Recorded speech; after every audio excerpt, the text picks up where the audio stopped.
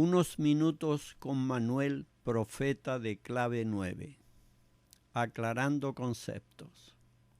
Clave 9 es un mensaje de libertad, de justicia y de amor tendiente a forjar un nuevo tipo de conciencia, conciencia cósmica, conciencia de unidad, de universalidad y de trascendencia que une a los hombres entre sí y con el divino poder, llámesele Dios o como se quiera. Clave 9 no es logia, ni política, ni religión, ni esoterismo, ni metafísica, ni grupo de cualquiera clase. Clave 9, repetimos, es un mensaje tendiente a forjar conciencia cósmica, que es la conciencia que nos corresponde adquirir ahora en el devenir de nuestro ser. En Clave 9, a todos se une y a nadie se ata. Pies en tierra, libertad, justicia y amor. Tema de hoy, disertación número 3, previo a Clave 9, o sea, la antesala de Clave 9. Serían muchísimas las cosas especiales que yo tendría que contar de mi vida, como dónde nací, mis padres y mi familia, mis primeros pasos, mi educación, mis actividades de trabajo y mis hobbies, mis creencias religiosas y políticas, en fin, circunstancias internas y externas que pueden formar parte de nuestra manera de pensar, de sentir y de actuar. Además del factor individualidad que todos portamos por naturaleza. Me detengo en la individualidad, que es algo como el molde donde entran todas las demás influencias que recibimos en el transcurso de la vida, y que dicho de otra manera es nuestro propio modo de ser. Eso que hemos heredado de nuestra especie y que nos corresponde a cada uno en particular como seres humanos.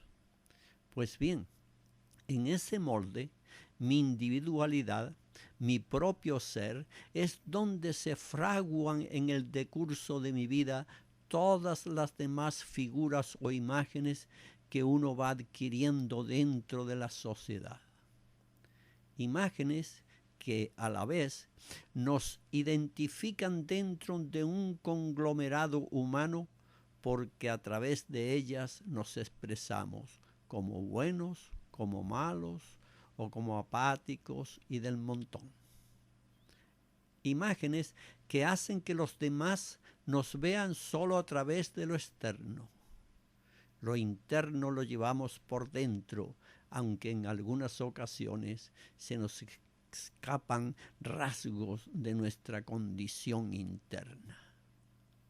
Dicho esto, puedo decir también que yo venía desenvolviéndome en mi vida antes de Clave 9, según mi condición interna, según mi individualidad, según el pronunciamiento de mi yo interno, que es el verbo hablante de mi ser, como suelo decir, y según también todas las demás circunstancias externas que han influido en mi personalidad.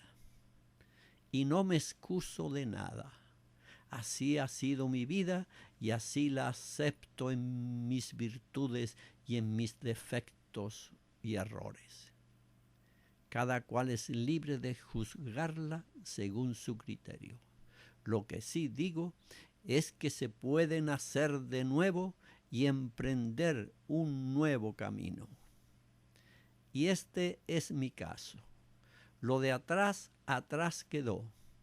Y ahora, sin perder mi individualidad y por gracia de arriba, que no por mis méritos, puedo decir que he nacido de nuevo. Y ya todo lo anterior quedó muy atrás. Y nací de nuevo el 16 de junio del año 1979, a eso de las 9:10 de la mañana. Antes de explicar este mi nacimiento nuevo, sería conveniente aclarar algo de mi vida vieja. ¿Por qué? Porque para comprender mejor una obra, cual sería el caso de Clave 9, es bueno conocer las circunstancias internas y externas de su autor, lo cual le da a uno más familiaridad con el contenido a leer, estudiar, etc. Pues bien, desde el 16 de febrero de 1935, cuando entré a luz de este mundo, hasta el 16 de junio de 1979, físicamente puedo decir que molecularmente soy el mismo, espiritualmente no. ¿Cómo es esto? Procuraré explicarlo de la manera más sencilla. Nací de padres humildes, muy trabajadores y de extrema honradez. Algo de esto influyó en mi vida. Fui muy querido en mi pueblo natal, Villamartín, uno de los pueblitos blancos de Andalucía en España. La posguerra civil española nos envolvió en penurias del alma y del cuerpo. Las secuelas de toda guerra no se pueden traducir sino en hambre, miseria y resentimientos. Da la sensación como si el universo todo se oscureciera. Hasta la esperanza muere cuando buscas pan, abrigo o trabajo y no lo consigues. Yo de niño veía y sentía todo aquello, pero algo así como una voz interior me impulsaba a no desmayar, a mirar siempre hacia adelante. Y en mi camino satisfacía cotidianamente mis necesidades. Y es que está dicho por labios del mismo Dios: buscad y hallaréis. Yo no sabía de esto entonces, pero mi interior me decía que este principio es una realidad, y yo, aunque fuera inocentemente, lo aplicaba. Y lo comprendo y lo recomiendo como remedio efectivo, y tanto más efectivo cuanto que en ello pongamos fe y no desistamos en la búsqueda. Buscad y hallaréis. En cuanto a mi niñez, está preñada de aventuras más positivas que negativas. Igual que mi adolescencia, mi juventud y ya de pleno hombre. Pero el dolor del alma había superado siempre a mi debilidad física, que todavía me acompaña, y todas mis creencias personales. Y un día salté por encima de aquel medio que me presionaba, que doblegaba mi existencia, y di un salto al vacío. Rompí con todo lo que me ataba y me lancé a la aventura en busca de lo que a mí me pertenecía en este mundo. Y como esta historia es muy larga y ya la he descrito en varios de mis libros, la corto diciendo que en esta aventura me encontré con lo inesperado: un cara a cara con Cristo, en Córdoba, España, en abril de 1952. Jamás me había interesado por él, pero él sí se interesó por mí hasta el día de hoy. Y mirándome con sus ojos abiertos, me dijo: hijo mío, jamás te faltará nada. Y sus palabras se han cumplido en mí. Y Cristo me puso por tutores a los padres carmelitas, aunque la religión, como es concebida popularmente, no fuera lo mío. Jamás me imaginaba que en este encuentro con Cristo me haría sufrir tanto hasta purificar mi alma. Y sufrí lo indecible sin poder explicarlo todavía. Era sufrimiento del alma. Solo Dios lo sabe. Solo Dios es en este caso que no acostumbramos a ponerlo por testigo. ¿Quién puede decir algo de ese dolor? Y de pronto pasé a las Américas. Y el caso es que aquí en Venezuela me estaba reservado el resultado de mi búsqueda interna. Búsqueda que tiene su encuentro, como he dicho, el 16 de junio de 1979 y que directamente narraré en el próximo capítulo o número 4 de mis disertaciones. Búsqueda que tuvo su gran encuentro, clave 9, y por clave 9 he nacido de nuevo. Hermana y hermano, tú vales y mereces mucho más. Pies en tierra, libertad, justicia y amor. Manuel, profeta de clave 9, Mérida, Venezuela, a los 26 días de marzo del año 2013. Tema de hoy, disertación número 4. ¿Cómo nace clave 9? Cuando más apasionada estaba mi mente en las cosas de este mundo, surgió la luz y me trajo a calma.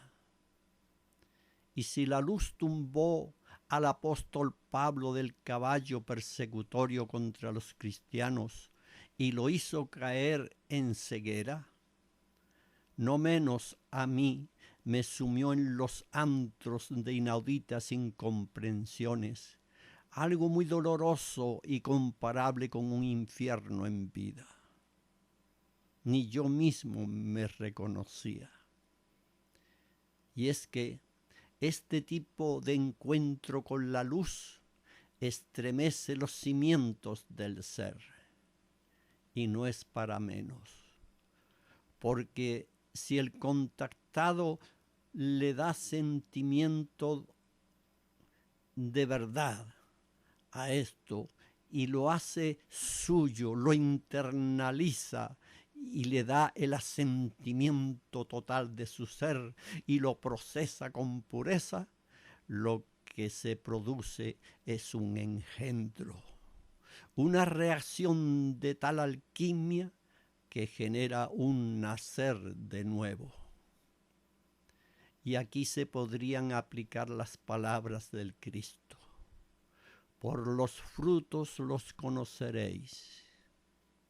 Y recordemos también las palabras de María ante el anuncio del ángel Gabriel. Hágase en mí según tu palabra. Y el Verbo se hizo carne. Y es que otras personas no han sabido transmutar lo de arriba en lo de abajo. Y por eso utilizan el mensaje recibido con fines de lucro. No como lo pide la gran luz, el Cristo, gratis lo recibís, dadlo gratis.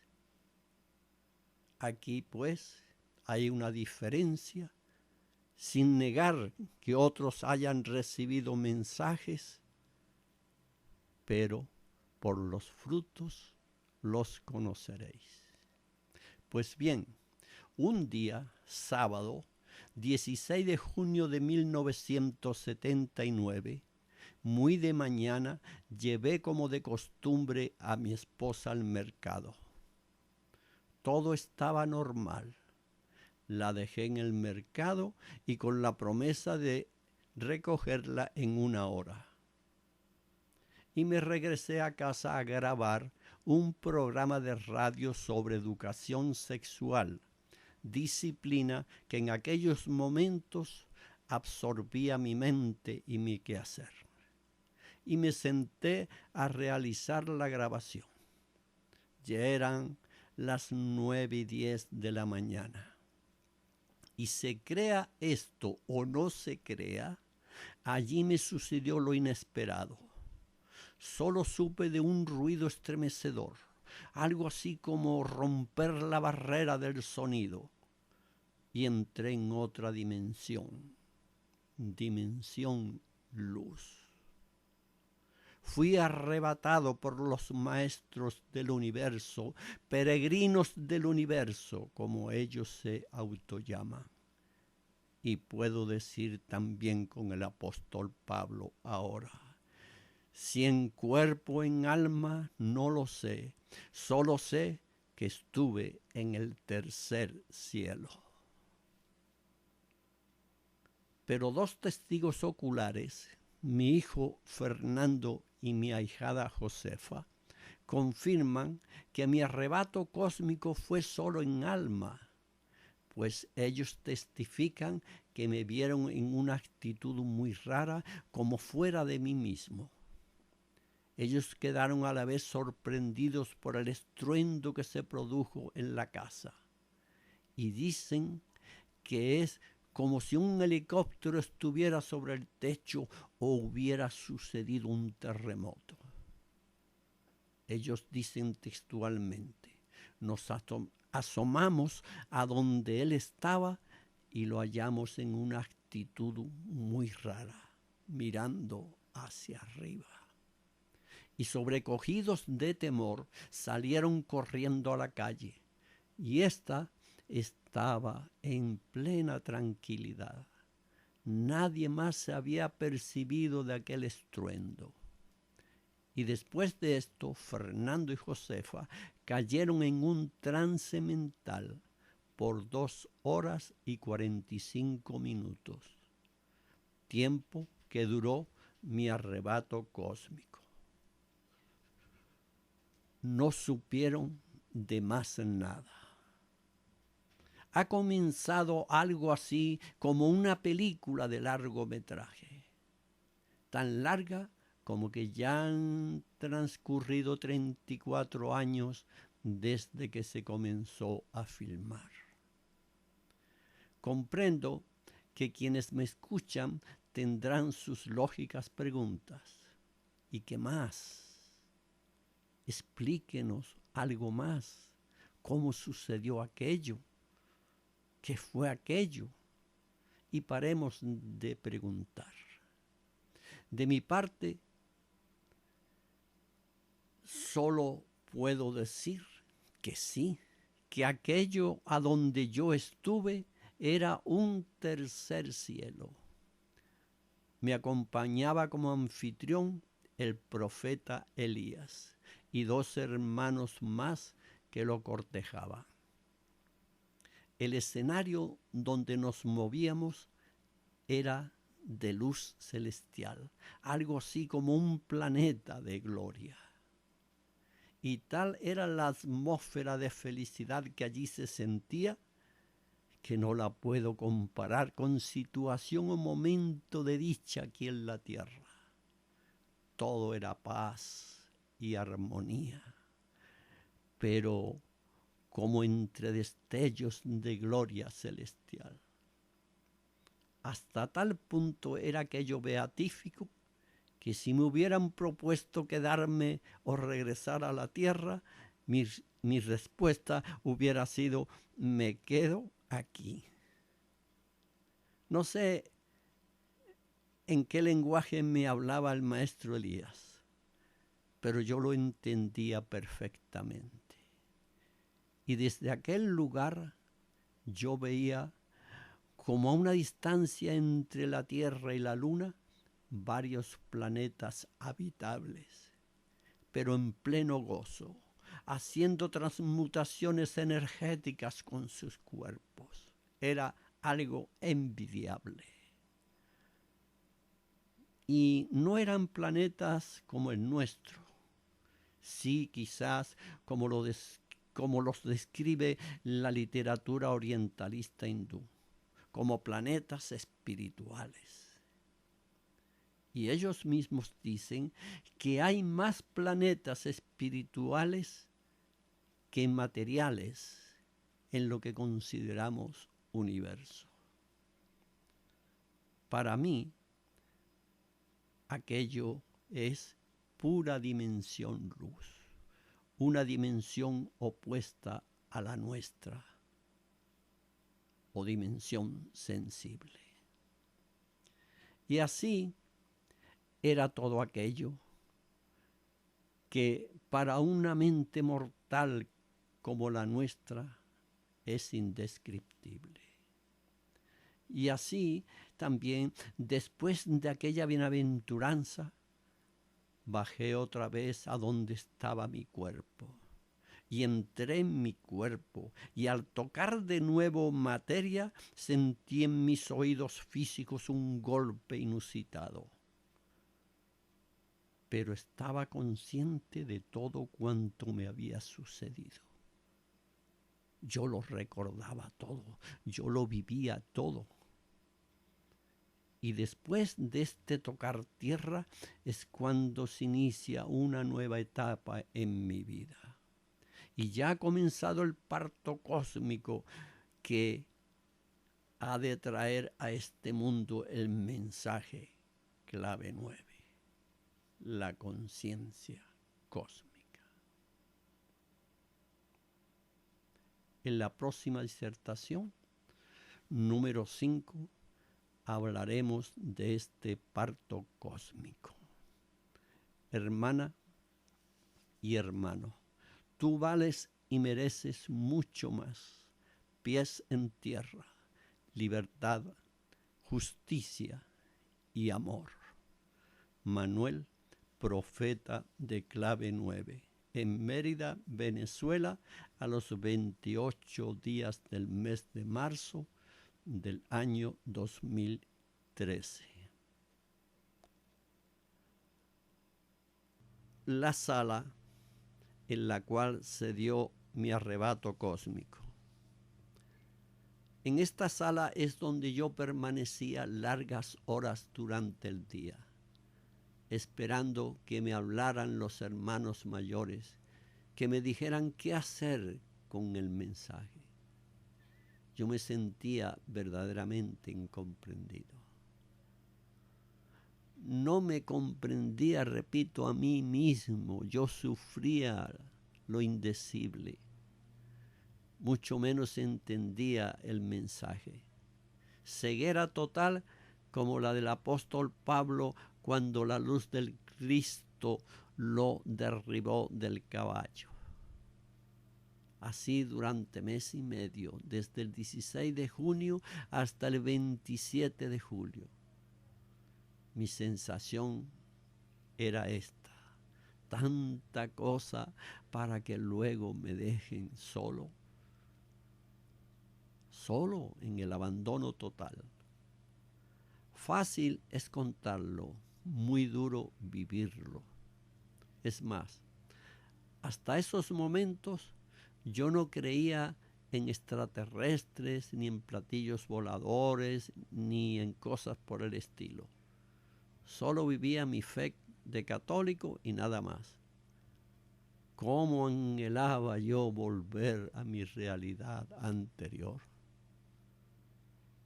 Así fue todo.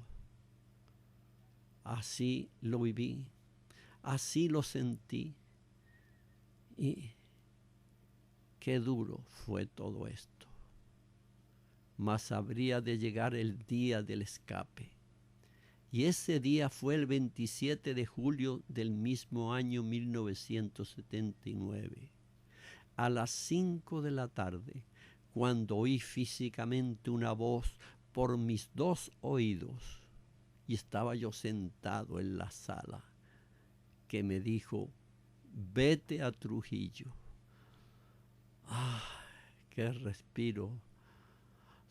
Trujillo es una ciudad distante de Mérida como a unas 6 horas en carro. Continuaremos esta disertación en el número 6. Aquí comienza toda una aventura.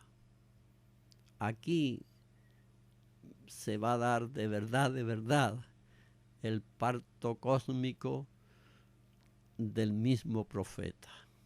Hermana y hermano, tú vales y mereces mucho más. Pies en tierra, libertad, justicia y amor.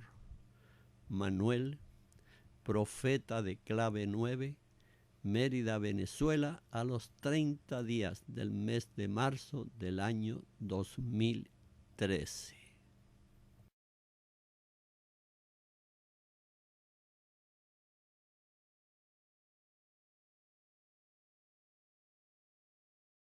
Plaza Bolívar hasta la mañana siguiente, que debería continuar el viaje a la ciudad de Trujillo. Aquella noche no pude dormir pensando en que me hablaran de nuevo y nada. Y amanecí con la idea de llegar a Trujillo. Eran las 7:30 de la mañana. Revisé el carro y me fui a tomar algo en un cafetín que había más arriba de la plaza. Subiendo al cafetín, en la puerta de Radio Valera, había un periodista conocido de nombre Gilberto Mateus, y saludándome me preguntó: «Profe, ¿qué hace usted por acá?». Y sin intención ninguna de mi parte le dije: «Ni yo mismo lo sé». Él, sorprendido de la respuesta, insistió en la pregunta y me replicó: «¿Y eso, profe?». Y le dije: «Ya que insistes, te contaré aunque no me creas». Y le eché un medio cuento de lo sucedido. Y me fui después al cafetín y tomé un desayuno normal. No había cenado la noche anterior. Y me regresé camino al hotel. Y me extrañé al ver unas 80 personas en fila y en posición hacia el hotel. Era un momento de crisis de productos alimenticios y pensé que en el hotel estuvieran vendiendo harina, azúcar, leche, etc. y cosas así por el estilo. ¿Qué harina, ni azúcar, ni leche? El periodista Mateus había dado la noticia por radio de que en el hotel había un profeta que hacía milagros.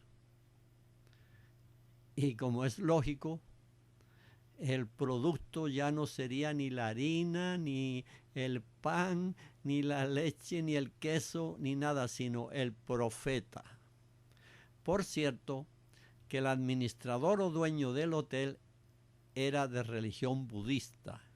Y cuando llegué, lo primero que me dijo fue: «Profeta, todas estas gentes están esperando por usted». Y me preparó un sillón para prestarles atención. Para mí fue todo aquello un trago muy amargo. Y más amargo cuando cada persona me pedía que lo curase de esto, de lo otro, en fin. Y me decía yo a mí mismo: ¿cómo todo esto, Dios mío, cuando el enfermo más grave soy yo? Se me descompuso el vientre 2 o 3 veces y tuve que ir al baño. No tuve más remedio. Yo no sabía ni cómo me llamaba. Se me había olvidado hasta la meta principal, mi ida a Trujillo. Y así continuaron uno por uno los asistentes hasta que a eso de las 11:30 le tocó el turno a un tal Gilberto Cifuentes, que mostrándome un carnet de la comuna espiritista de los Llanos, si mal no entiendo aquello, me dijo: «¿Qué tal comunidad que que yo no sabía en ese momento ni cómo me llamaba. En fin, el caso es que me dice el señor Gilberto Cifuentes, a las 8:30 de la noche vengo por usted, profeta, porque usted debe ir a la comuna espiritista a dar testimonio de que es el profeta esperado. Esto hizo que me sintiera peor todavía. Y así continué hasta la 1, cuando ya se desocupó la fila de gentes. El dueño o gerente del hotel era un tal señor Francisco de religión budista y solicitó mi presencia a una capillita que él tenía, y elevándose en oración y terminada esta, me miró fijo y con sus manos juntas como dirigidas al infinito, me dijo: usted es profeta de verdad, cuente con mi apoyo. Si bien Clave 9 ya había nacido por el arrebato cósmico y ya estaba escrito su mensaje, el profeta es ahora cuando poco a poco comienza a tomar cuerpo. Ya el señor Francisco hacía su primera ratificación: usted es profeta de verdad. Imagínense cómo estaría mi mente en aquellos momentos. Pero queda para mí lo más duro: presentarme a las 8 de la noche ante la comuna espiritista. Y presentarme no por motu propio, sino por voz imperante del hermano Cifuentes: vendré por usted a las 8 de la noche. ¿Cuántos fantasmas perturbadores no pasaron por mi mente desde este momento, que eran las 11 de la mañana, hasta las 8 de la noche? Comencé de verdad, a descender a los infiernos. Sintiéndome hasta sin respiración, salí del hotel a tomar un poco de oxígeno en la plaza. Y no más llegado a esta, vienen 3 jovencitas de frente a mí. Procedían de Trujillo. Sus nombres eran Marisol Cifuentes, Ana Rojas y Livia Segovia. Ellas me dijeron que venían a nombre de Cristo, por lo que yo me desconcerté aún más y me dije: ahora sí que se puso esto bueno. Espiritistas por un lado y evangélicos por otro. Y es que tanto espiritistas como evangélicos sonaban mal en mis oídos. Y mi mente tenía una gran confusión al respecto. Y quizás se debiera esto a prejuicios religiosos. Pero hubo algo que dentro de la situación me agradó y me hizo sentir en cierta calma. Y fue cuando las jóvenes me dijeron: a partir de ahora usted no va a estar solo. Y se cumplieron las palabras. A partir de aquellos entonces, incluyendo las 8 de la noche, jamás me he sentido solo. Sobre todo que siento el profeta Elías como compañía. Y algo más: la presencia del Cristo es permanente en mí las 24 horas del día. Una nota muy peculiar de estas 3 jóvenes es que ellas mismas estaban asombradas, sin poder dar más explicación de por qué ellas se habían convertido en ángeles míos. Y es que una fuerza superior las guió hasta mí, según palabras textuales de ellas. Desde la 1 hasta las 8 se me hizo una eternidad. y hubo un pequeño lapso cuando a las 5 de la tarde se presentó un señor de cierto rango social, de un sector llamado Carvajal, y me llevó a su casa para que conociera a su familia y la bendijera. Todo esto me impresionaba hondamente. En fin, como esto continúa, en la disertación número 7 aclararemos qué sucedió a las 8 de la noche y de aquí en adelante. Hermana y hermano, tú vales y mereces mucho más. Pies en tierra, libertad, justicia y amor. Manuel, profeta de clave 9, Mérida, Venezuela, a los 2 días del mes de abril del año 2013. Tema de hoy, disertación número 7. Bautizo y confirmación del profeta, y comienza a caminar clave 9. Antes de continuar, pido excusas por haber cambiado en la disertación número 6, anterior a esta, el nombre de Hernando Cifuentes por el de Gilberto Cifuentes. El hermano en cuestión, repito, es Hernando y no Gilberto. Gracias. Y bien, llegaron las horas amargas, las 8 de la noche. El reloj no se retrasó ni un segundo, y el hermano Hernando Cifuentes fue puntual, y nos dirigimos al lugar de la cita, a la comuna de los hermanos espiritistas.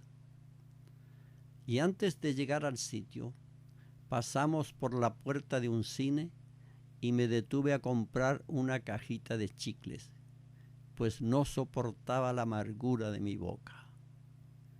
Y de una vez por todas, de un solo golpe, me tomé la caja completa. Mientras tanto, me estaban esperando en su sede los hermanos espiritistas. Uno por uno, como en más de 60, me fueron dando el saludo de mano. Me subieron al estrado y cuya imagen presentamos ahora aquí, que recoge el momento en el cual por primera vez hablo de mi arrebato cósmico y del mensaje clave 9. Increíble, pero cierto. Yo me sentía ante ellos como una temerosa hormiguita frente a elefantes, y temía lo peor en la confusión de mi mente, que me iban a hacer, que me iban a torturar. Aquel momento fue para mí un infierno realmente, y en medio de mi atormentado espíritu salió de mi alma un Padre Nuestro que recé con los ojos cerrados. Y oh portento de portentos, de buenas a primeras, los elefantes se convirtieron en hormiguitas y yo, la hormiguita, me convertí en todo un indomable elefante. La luz de arriba me asistió y pude comprender lo que les había sucedido a los apóstoles en el cenáculo cuando les llegó la luz del Espíritu Santo, que de temerosos y escurridizos pasaron a desafiar las fieras del circo romano. Yo estaba en aquel momento con capacidad de pensar, con capacidad de hablar, con una sabiduría que yo en ese momento nunca jamás me la hubiera imaginado, por más que hubiera estudiado. Así, el profeta, podemos decir, ha salido de la prueba de los infiernos, de los santos más bajos del psiquismo humano, y ha sido reconocido y confirmado por la Asamblea de los Hermanos Espiritistas como el profeta de clave 9 con estas palabras. Hemos oído al profeta de clave 9. Ha dicho verdad. Todos tenemos el compromiso de ayudarlo en su misión. ¿Y por qué este encuentro con los hermanos espiritistas de Valera, ciudad del estado Trujillo en Venezuela? Porque uno de los hermanos espiritistas había sido contactado por los hermanos mayores, maestros del universo, con estas palabras dichas por el mismo hermano en plena reunión. Dijo así: eran las 3 de la madrugada del día de ayer, y me despertó una voz que me dijo: levántate y escribe. Se acerca un profeta a la ciudad de Valera. Acudan a su encuentro y pídanle testimonio de si es el profeta esperado. Y mi pregunta es, ¿por qué se da el mensaje en Mérida y se tiene que ratificar en Valera? ¿Y por qué Manuel, que nada tenía que ver con los hermanos espiritistas, que ni noción tenía de ello, y si tenía alguna noción era completamente errada, tiene que ser acogido en esta comunidad y proclamado profeta por ellos? Solo sé que así se dio el hecho, y que confirmándose las palabras de las 3 jóvenes de que yo no estaría solo, los hermanos espiritistas, al decir de mañana por la noche, me llevaron a la Cámara de Comercio de Trujillo, en donde por primera vez y en forma pública tuve una conferencia y expuse los alcances de clave 9. Mientras tanto, ya había llegado a Valera mi esposa, que se hallaba en Mérida, por lo que menos solo me sentía. Se cumplía también lo de la voz que me hizo salir de Mérida: vete a Trujillo. Y de Trujillo al día siguiente pasamos a la población de Pampán a una reunión. Y de Pampán al otro día estábamos predicando la clave 9 en la ciudad de Cabimas del estado Zulia. La criatura clave 9 ya caminaba sola. Así hasta haber transcurrido ya 34 años de mi arrebato cósmico, con muchas experiencias que contar. ¿Cómo puedo yo dudar ahora de si era verdad o era un delirio mental lo que había sucedido? Maravilla es cómo obra lo de arriba sobre lo de abajo. Algo así como cuando cae un imperio sin pegar un tiro. Y es más, yo tenía el mensaje en fotocopia y por lógica con su respectivo original escrito a máquina, y no sé cómo desde el estado Zulia me llamó un día el doctor Francisco Campoy, ya difunto, y sin conocernos me llamó por teléfono y me dijo: ¿es usted el profeta Manuel? Sí, le contesté, a la orden. Se identificó y me dijo: le he mandado una caja con 2000 ejemplares impresos del mensaje clave 9. Ese mismo día recibí dicha caja con su contenido, de manera que no tuve que hacer nada para que arrancara en buena marcha el mensaje clave 9, que se intitula en su portada Palabra de Manuel. Verdad o mentira, lo dejo a juicio del oyente, pero la realidad tiene muchos nombres por testigo. Hermana, hermano, tú vales y mereces mucho más. Pies en tierra, libertad, justicia y amor.